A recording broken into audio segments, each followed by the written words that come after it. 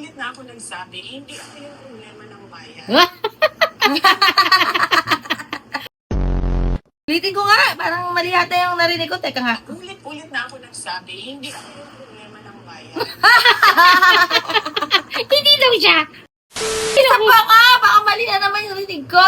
Ulit-ulit na ako nagsabi, hindi ako yung problema ng bayan. Hindi daw siya yung problema ng bayan.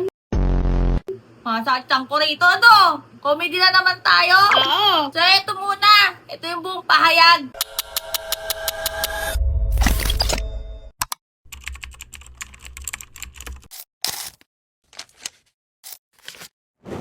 Ulit-ulit na ako nagsabi, hindi ako yung problema ng bayan. Ang problema ng bayan, korupsyon, kahirapan, kriminalidad, illegal na droga, madami pang iba, kagutuman. Pero kayo po ang problema ni Martin. Ako ang problema ng makabayan, ng administrasyon ni BBM, ng asawa ni BBM mismo, ng anak ni BBM. Yan yung sinasabi ng taong bayan ngayon, 'di ba? Bakit tayo nakatutok sa paghabol kay Inday Sara? Ang daming, ito ang listahan ng problema ng bayan. Diyos ko lang, akalo ko mga batang helmet. So sabi nga ni Madam Sara Duterte, paulit-ulit na nga lang daw. Sabi na hindi nga siya ang problema ng bayan. Marami daw problema ang bayan. Andiyan daw yung korupsyon, andiyan ganito, andiyan kahirapan. Di ba nga yung Confi funds, it's a form of corruption kung hindi mo mapapatunayan kung saan napunta yun. Di ba? Sino ba yung I love you, BBM? Di ba siya rin? Tapos ngayon, siya daw ang pinoproblema. Problema siya ng Makabayan Black, ng BBM, mga anak ng BBM. Teka lang, itong Makabayan Black, di ba halos binubuo nito ang sektor ng manggagawa, sektor ng mga driver, Oo. ordinaryong tao, karaniwang tao, in short, taong bayan. Kaya nga Makabayan Black, di ba? Problema ang Makabayan Black. O problema niya ang Makabayan Black. Kasi, Shiminit, doon Like, galing yun eh. Oh, di ba? Puset doon din galing.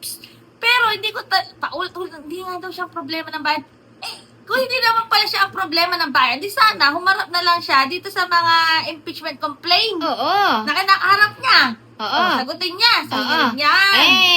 Shimit, you may not like what I'm saying. But I'm answering.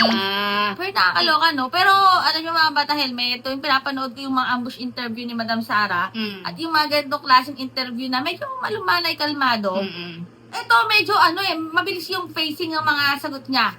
Ang salita. Pero pag yung mga on the spot, yung ambush interview, or yung mga on the spot na parang press con, may loading na part.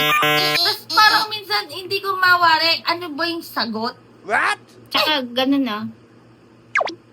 Ano bang mayroon doon sa taas? Ano ba yung tinuturo niya sa taas? Di ba dapat sa baba? Pero yun nga mga bata helmet, comment nyo na kung masasabi niyo dyan. Hindi nga siya problema ng bayan. Hindi nga daw. Ba't yung pinipilit? Ang namumroblema daw sa kanya, or ang problema, basta! Basta ang problema, Siya! I love you, BBM! Pero ayun nga, teka lang, Oh. yung interview ba na yan, sa SM na yan? Oo. Bakit? Parang hindi yata siya nagpapa-interview sa ABS-CBN, GMA, o kaya Bilyonaryo, Rappler. Kasi pangit may sinasabi ng mga ABS Ay, o ganun ba? GMA. Pangit yung sasabihin Pangit. nila. Pangit yung tanong. Dito maganda eh, sa Seminay. Seminay. Maganda sa SM. Maganda dun eh. O, sige na, mga bata helmet. Basta ako po si BH. Ako po si videographer. Ano ka ba? Blema ka rin eh. Pero nga, mga bata helmet, see you po sa ating next vlog. Wala siyang problema ng bayan. Hindi pala siya yung Baka si problema. Mary Grace Piatos yung problema talaga ng Malaki ang problema niyan.